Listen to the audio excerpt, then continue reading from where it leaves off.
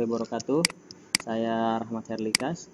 Pada video kali ini saya akan membahas tentang pelajaran Bahasa Indonesia di kelas 9 semester 1. Pembahasan kita yang pertama adalah tentang literasi. Seperti yang kita tahu, saat ini literasi menjadi sebuah kebutuhan bagi masyarakat dan orang banyak. Sebab dengan kita literasi, kita akan lebih mudah mendapatkan sebuah informasi, mana informasi yang baik dan mana yang kurang baik. Untuk lebih jelasnya, kita baca dan pahami dulu apa itu literasi. Literasi menurut Harvey J. Graff pada 2006 ialah suatu kemampuan dalam diri seseorang untuk menulis dan membaca. Sedangkan menurut Alberta, literasi ialah kemampuan membaca dan menulis, menambah pengetahuan dan keterampilan, berpikir kritis dalam memecahkan masalah, serta kemampuan berkomunikasi secara efektif yang dapat mengembangkan potensi dan berpartisipasi dalam kehidupan masyarakat. Jadi bisa kita simpulkan berdasarkan dua pendapat di sini, bahwa literasi ialah kemampuan dalam diri seseorang untuk menulis dan membaca dengan menggabungkan pengetahuan dan keterampilan serta proses berpikir kritis yang bisa dikembangkan menjadi kompetensi dan bisa dikomunikasikan kepada masyarakat. Selanjutnya adalah jenis-jenis literasi. Untuk jenis-jenis literasi di sini terbagi menjadi beberapa poin. Poin yang pertama adalah literasi baca tulis. Literasi baca tulis merupakan kegiatan literasi yang dilakukan seseorang dengan membaca buku, baik buku fiksi maupun non-fiksi, dengan tujuan memberikan ulasan dan penilaian kepada masyarakat. Kegiatan ini juga sudah berjalan di lingkungan pendidikan, khususnya sekolah dengan program gerakan literasi sekolah. Yang kedua adalah literasi numerasi. Literasi numerasi merupakan kegiatan literasi yang dilakukan seseorang dengan membaca simbol, tabel, dan grafik untuk mengetahui informasi sesuai dengan data yang ada di lapangan seperti apa. Yang ketiga adalah literasi sains. Ialah kegiatan literasi yang dilakukan seseorang untuk mengetahui data yang telah diuji coba kebenarannya. Jadi untuk mengetahui kebenarannya kita bisa mengetahui atau mendapatkannya melalui literasi sains atau pengetahuan ilmiah. Yang keempat adalah literasi finansial atau keuangan, yaitu kegiatan literasi yang dilakukan seseorang untuk mengetahui informasi atau data keuangan yang sedang berlangsung, contohnya pajak atau pendapatan daerah. Selanjutnya adalah literasi digital, yaitu kegiatan literasi yang dilakukan seseorang untuk mengetahui informasi tentang kemajuan dan perkembangan teknologi terbaru. Dan yang terakhir adalah literasi budaya dan kewarganegaraan, yaitu kegiatan literasi yang dilakukan seseorang untuk mengenal dan memahami kebiasaan dari satu budaya dan budaya lain agar terciptanya hubungan yang kondusif dan harmonis. Jadi untuk literasi budaya dan kewarganegaraan ini sangat penting karena dengan kita saling memahami dan mengetahui budaya satu sama lain itu akan tercipta hubungan harmonis dan menghindari atau terhindar dari yang namanya konflik sosial.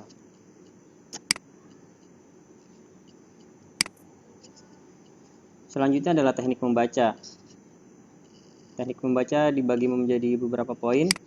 Poin yang pertama adalah membaca intensif, yaitu teknik membaca yang dilakukan untuk mendapatkan informasi secara detail. Kemudian yang kedua adalah membaca cepat, adalah keterampilan yang berguna dan berharga. Teknik ini tidak tepat digunakan untuk membaca dokumen yang sangat penting dan menuntut kita sepenuhnya memahami setiap detail. Dan yang ketiga adalah membaca indah, yaitu teknik membaca yang mengutamakan keindahan dalam pelaksanaannya. Teknik membaca indah biasanya dilakukan untuk membaca karya sastra, contohnya seperti membaca puisi dan lain-lain.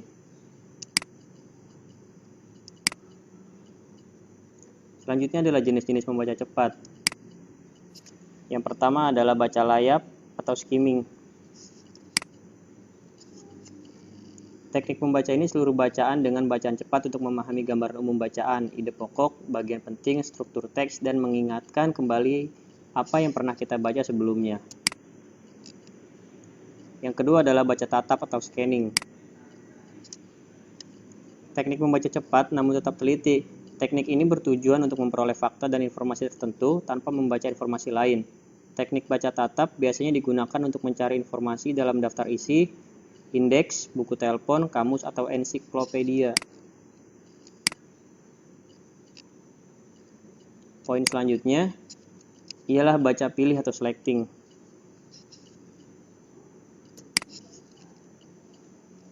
Teknik membaca cepat dengan memilih bacaan sesuai dengan kebutuhan. Pembaca hanya perlu membaca bagian tertentu yang mengandung informasi yang dibutuhkan. Jadi, pembaca tidak perlu membaca keseluruhan, tapi hanya perlu membaca yang dianggap paling dibutuhkan saja atau bisa dipilih hal-hal atau bagian-bagian mana saja yang penting atau dibutuhkan.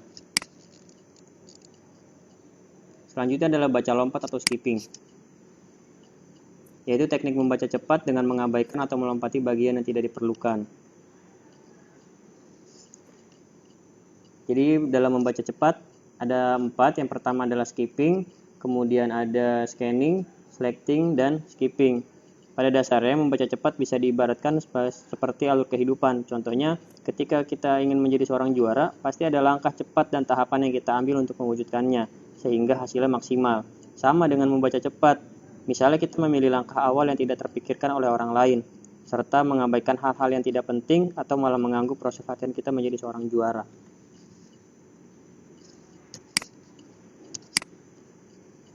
Selanjutnya adalah jenis-jenis buku. Jenis-jenis buku ada 2. Yang pertama adalah buku fiksi, yaitu buku berupa cerita rekaan, contohnya seperti novel, cerpen, cergam, komik, nomik, antologi, dongeng, dan novelet. Dan yang kedua adalah buku non-fiksi, yaitu buku berisi informasi yang dibuat berdasarkan data, fakta, dan penelitian. Contohnya ensiklopedia, biografi, jurnal, fotografi, karya ilmiah, tafsir, dan kamus. Selanjutnya adalah uraian jenis buku. Yang pertama adalah buku fiksi. Poin pertamanya adalah novel. Jenis buku yang satu ini masuk dalam kategori karangan fiksi. Novel merupakan karya tulis dalam bentuk narasi dan tersusun lebih dari 40.000 kata. Yang kedua adalah cerpen. Cerpen atau cerita pendek merupakan suatu bentuk prosa naratif fiktif. Cerpen cenderung padat dan langsung pada tujuannya dibandingkan karya-karya fiksi lain yang lebih panjang. Yang ketiga adalah cergam. Cergam atau cerita bergambar merupakan tulisan narasi yang diilustrasikan dengan gambar. Sama dengan komik, bedanya cergam lebih awal pemunculannya dibandingkan komik. Yang keempat adalah komik. Komik merupakan suatu seni dalam bentuk jalinan cerita yang terbentuk oleh gambar-gambar diam yang disusun sedemikian rupa.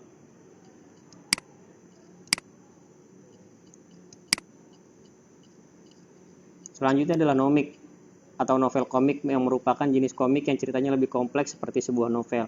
Jadi perbedaan antara komik dengan nomik, kalau misalnya komik itu ceritanya lebih sederhana, tapi tetap ada gambarnya, sedangkan nomik ada gambarnya juga, tetapi ceritanya lebih kompleks, jadi seperti sebuah novel. Selanjutnya adalah antologi atau kumpulan. Antologi merupakan kumpulan dari banyak karya sastra, contohnya adalah antologi puisi, antologi cerpen, antologi prosa-prosa yang lain, seperti itu. Selanjutnya adalah dongeng. Dongeng merupakan sebuah cerita yang diangkat melalui kisah nyata dan pemikiran fiktif. Penggabungan cerita tersebut ditulis sedemikian rupa menjadi cerita yang mengandung pesan moral dan makna hidup. Selanjutnya adalah novelet. Novelet merupakan cerita narasi yang panjangnya berada di antara novel dan cerpen. Biasanya jumlah halaman novelet berkisar dari 40-50 halaman.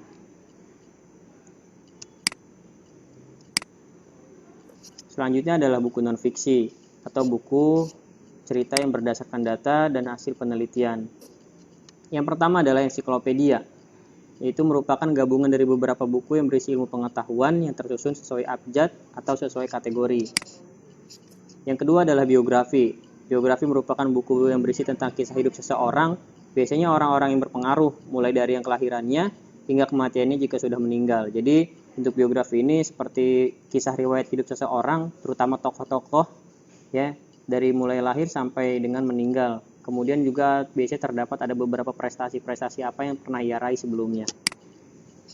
Yang ketiga adalah jurnal. Jurnal disebut juga dengan catatan harian. Buku jenis ini berisi tentang catatan pribadi atau berupa catatan pribadi itu sendiri. Yang keempat adalah fotografi. Kumpulan karya-karya fotografer, biasanya buku jenis ini disertai keterangan foto yang disajikan. Buku ini juga berisi penjelasan tentang cara dan strategi menghasilkan foto-foto yang dimuat dalam buku tersebut.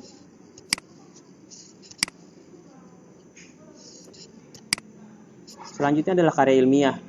Buku ini berisi hasil dari sebuah penelitian, dapat berupa laporan, disertasi, skripsi, tesis, dan yang lainnya. Selanjutnya adalah tafsir. Buku tafsir terdiri dari beberapa jenis sesuai dengan isinya.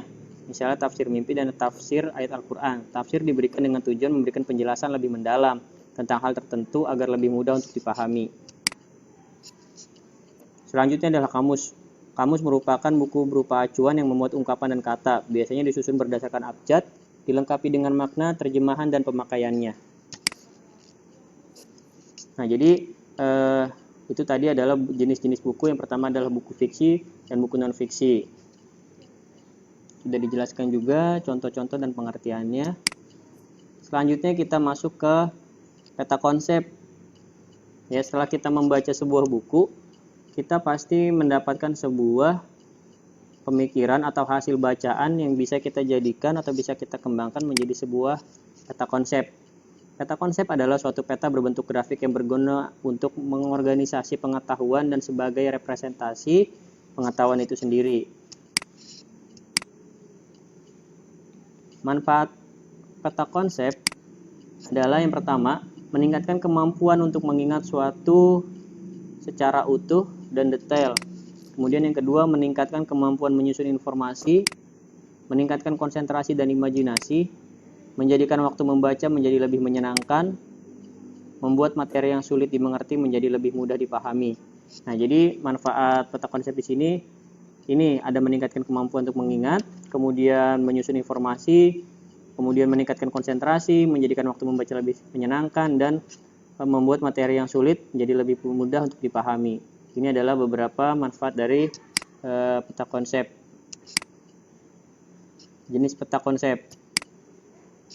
Nah, ketika kita sudah membuat peta konsep dan kita sudah mengetahui manfaatnya untuk apa, sekarang kita lihat jenis-jenis peta konsepnya ada apa saja. Yang pertama, seperti yang sudah kita biasa lakukan di sekolah, itu ada yang namanya gerakan literasi sekolah. Nah, ketika kita melakukan gerakan literasi sekolah, kita biasanya membuat sebuah ulasan atau review dengan 3 jenis peta konsep. Yang pertama adalah fishbone, yang kedua adalah atau alasan, isi, dan hikmah atau pesan moral yang bisa kita ambil dari buku yang telah kita baca. Atau juga Y chart atau Y chart. Ya, di sini ada hal yang berkesan atau terlihat dalam bacaan, kemudian hikmah yang terasa dalam bacaan, hal yang berkesan terdengar dari bacaan. Nah, jadi ini adalah beberapa jenis peta konsep setelah kita membaca buku bacaan, baik itu buku fiksi ataupun buku non-fiksi, dari buku yang telah kita baca. Oke, itu saja yang bisa saya sampaikan tentang pembahasan kita di awal tentang kegiatan literasi. Pesan dari saya adalah ketika sepasang mata terbiasa membaca, maka jemari lebih leluasa dalam menuangkan isi pikiran menjadi sebuah gagasan. Itu saja dari saya. Lebih kurangnya mohon maaf. Assalamualaikum warahmatullahi wabarakatuh.